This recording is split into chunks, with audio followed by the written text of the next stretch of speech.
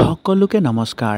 APSC combined competitive exam 2024ৰ notification release কৰা হৈছে। আপোনালোকক মই নটিফিকেশ্যনৰ লগতে APSC কম্বাইন কম্পিটিটিভ এক্সামৰ সিলেকশ্যন প্ৰচিডিউৰ, ৰিটেন টেষ্ট কেইটা হ'ব, পেপাৰ কেইটা থাকিব, ইণ্টাৰভিউ কেনেকৈ হ'ব, সকলোখিনি কথা ষ্টেপ বাই ষ্টেপ আপোনালোকক মই জনাই যাম। আপোনালোকে যদি বিষয়া হ'বলৈ বিচাৰে, ACS বিষয়াই হওক বা APS বিষয়া হওক বা এছিষ্টেণ্ট একাউণ্ট অফিচাৰ হওক, যদি আপোনালোকে হ'বলৈ বিচাৰে তেতিয়াহ'লে আপোনালোকে ভিডিঅ'টো স্কিপ নকৰাকৈ শেষৰলৈকে চাব। আৰু যদি এতিয়ালৈকে চেনেলটো ছাবস্ক্ৰাইব কৰা নাই, প্লিজ চেনেলটো ছাবস্ক্ৰাইব কৰি বেল নটিফিকেশ্যন বটনটো টিপি থ'ব। APSC combined competitive exam recruitment 2024ৰ 235টা পদ মুকলি কৰা হৈছে, য'ত কেটেগৰী ৱাইজ ভেকেঞ্চি দেখিবলৈ পোৱা গৈছে। জেনেৰেলৰ কাৰণে টোটেল 107টা ভেকেঞ্চি, OBC MOBCৰ 73, SCৰ মাত্ৰ 18টা ভেকেঞ্চি, STP STH PWBD আৰু এক্স ছাৰ্ভিচমেনৰ সকলোখিনি ভেকেঞ্চি মিলাই টোটেল ভেকেঞ্চি 235টা পদ মুকলি কৰা হৈছে। ইয়াত ডিপাৰ্টমেণ্টেল ৱাইজ ভেকেঞ্চি ডিভাইড কৰা হৈছে। আছাম চিভিল ছাৰ্ভিচৰ কাৰণে টোটেল 45টা পদ দিয়া গৈছে। আছাম পুলিচ ছাৰ্ভিচৰ কাৰণে 35টা পদ। এনেকৈ ছুপাৰিনটেণ্ডেণ্ট অফ টেক্সেছ বেলেগ বেলেগ বিভাগত বেলেগ বেলেগ পদ দেখিবলৈ পোৱা গৈছে। সকলোতকৈ বেছি পদ দেখিবলৈ গৈছে এছিষ্টেণ্ট একাউণ্ট অফিচাৰৰ টোটেল 107টা পদ মুকলি হৈছে। এজ লিমিট 21 বছৰৰ পৰা 38 বছৰ বয়সৰলৈকে আপোনালোকে আবেদন কৰিব পাৰিব। লগতে এজ ৰিলেক্সেশ্যনো দিয়া হৈছে। SC আৰু STৰ কাৰণে 5 বছৰ, OBC/MOBCৰ কাৰণে 3 বছৰ আৰু PWBDৰ কাৰণে 10 বছৰ এজ ৰিলেক্সেশ্যন দিয়া হৈছে। কোৱালিফিকেশ্যন যিকোনো ইউনিভাৰ্চিটিৰ পৰা ডিগ্ৰী পাছ কৰা হ'ব লাগিব, ডিগ্ৰী কৰা থাকিব লাগিব। সকলোতকৈ ডাঙৰ কথা APSCৰ কাৰণে এক্সাম পেটাৰ্ণ। মানুহে এক্সাম পেটাৰ্ণটো বুজি নাপায় আৰু কনফিউজত থাকি যায়। সেইকাৰণে মই আপোনালোকক এই কথা ক্লিয়াৰ কৰিবৰ কাৰণে এক্সাম পেটাৰ্ণৰ সকলোখিনি কথা মই আপোনালোকক জনাব লৈছোঁ। কম্বাইন কম্পিটিটিভ এক্সামৰ পেটাৰ্ণ দুটা ষ্টেজত দেখিবলৈ পোৱা গৈছে, প্ৰিলিমিনেৰী এক্সাম আৰু মেইন এক্সাম। প্ৰিলিমিনেৰীক প্ৰিলিমছ এক্সাম বুলি কোৱা হয় আৰু প্ৰিলিমছ পাছ কৰাৰ পাছত আপোনালোকৰ মেইন এক্সামটো হ'ব। প্ৰিলিমিনেৰী এক্সামত দুটা পেপাৰ হয় আপোনালোকৰ।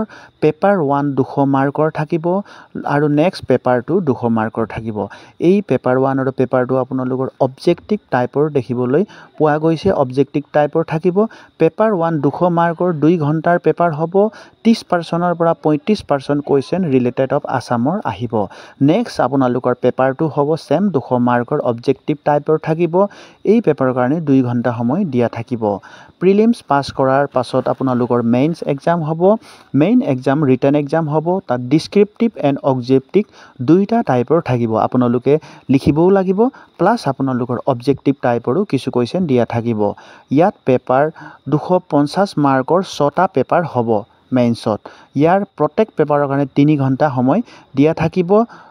6টা পেপাৰৰ আপোনালোকক মই ডিটেইল জনাম, কোনটো পেপাৰত কি কুৱেশ্যন আহিব সকলোখিনি কথা মই আপোনালোকৰ জনাই দিম। আপোনালোকে ইমানৰ লগে বুজি পালে চাগে। প্ৰিলিমছত দুটা পেপাৰ হ'ব, পেপাৰ 1 পেপাৰ 2 অবজেক্টিভ টাইপৰ। মেইন এক্সামত 6টা পেপাৰ হ'ব 250 মাৰ্কৰ, প্ৰত্যেক পেপাৰত 3 ঘণ্টা হ'ব। ইয়াত আপোনালোকৰ অবজেক্টিভ টাইপৰো থাকিব, লগতে ডিছক্ৰিপটিভ টাইপৰো দিয়া থাকিব। 6টা পেপাৰৰ ভিতৰত প্ৰথম পেপাৰত এছে লিখিব আহিব। টোটেল মাৰ্ক 250 মাৰ্কৰ হ'ব আৰু ডিউৰেশ্যন 3 ঘণ্টা পেপাৰৰ কাৰণে দিয়া থাকিব। দ্বিতীয় পেপাৰ, তৃতীয়, চতুৰ্থ আৰু পঞ্চম পেপাৰ চেম টাইপৰ থাকিব।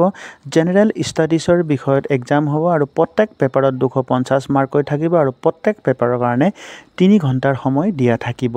পেপাৰ নম্বৰ 6ত type of paper general subject হ'ব। পেপাৰ 1 অসমৰ। ইয়াত মাৰ্ক 250 মাৰ্ক থাকিব আৰু ডিউৰেশ্যন 3 ঘণ্টাৰ সময় দিয়া থাকিব। নেক্সট আপোনালোকৰ পেপাৰ শেষ হোৱাৰ পাছত ইণ্টাৰভিউ টেষ্ট হ'ব বা পাৰ্চনেলিটি টেষ্ট হ'ব after qualifying and written test পাছ কৰাৰ পাছত। ইণ্টাৰভিউত টোটেল 180 মাৰ্কৰ থাকিব। ইণ্টাৰভিউৰ ৰুল কিছুমান আছে। কেণ্ডিডেটৰ ইণ্টাৰভিউত কিছুমান কথা চেক কৰা হ'ব। এটা বোৰ্ড এটা নিৰ্মাণ হ'ব। বোৰ্ডে কেণ্ডিডেটৰ কিছুমান কথা চেক কৰিব।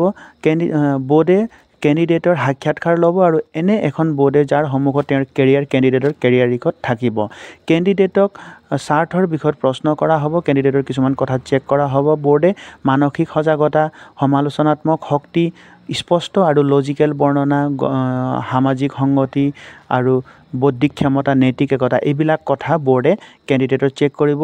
ইয়াৰ পাছত আপোনালোকৰ মাৰ্কৰ হিচাপত মেৰিট লিষ্ট উলিওৱা হ'ব তাৰ পাছত আপোনালোকৰ নেক্সট প্ৰচেছ হ'ব আৰু এই মেৰিট লিষ্টটো লাষ্ট প্ৰচেছ হ'ব তাৰ পাছত আকৌ ডাইৰেক্টকৈ এপইণ্টমেণ্ট উলিওৱা হ'ব আপোনালোকৰ এইটো হৈ গ'ল প্ৰচেছৰ সকলোখিনি কথা মই আপোনালোক জনাই দিলোঁ যদি আমি যিকোনো কাম যদি আমি মনত ভাবি লওঁ কৰিম বুলি তেতিয়াহ'লে আমি সকলো কাম কৰিব পাৰোঁ সকলো আমি ছাকচেছ ল'বৰ কাৰণে আমি সকলো কথা কৰিব পাৰোঁ যেনেকৈ এতিয়া বহুত ট্ৰেণ্ডত চলি আছে 12 ফেল মুভি আপোনালোকে চালে চাগে বহুত ডাঙৰ মটিভেশ্যন হৈ পৰিছে UPSC বা APSC কেণ্ডিডেটৰ কাৰণে আপোনালোকে যদি এতিয়ালৈকে চোৱা নাই চাই ল'ব সেই গাঁৱৰ পৰা ওলাই আহি ল'ৰাটোৱে একো নজনা ল'ৰাটোৱে IPS হৈছে সেই মুভিত দেখাইছে আৰু বহুত ধুনীয়াকৈ এটা মটিভেশ্যন এটা হৈছে UPSC বা APSCৰ কাৰণে যদি এতিয়ালৈকে আপোনালোকে চোৱা নাই চাই ল'ব আৰু এই পৰীক্ষাৰ APSC কম্বাইণ্ড কম্পিটিটিভ এক্সাম 17 জানুৱাৰীৰ পৰা ফৰ্ম ফিল আপ ষ্টাৰ্ট হৈ আছে আৰু 6 ফেব্ৰুৱাৰীৰ লাষ্ট ডেট হ'ব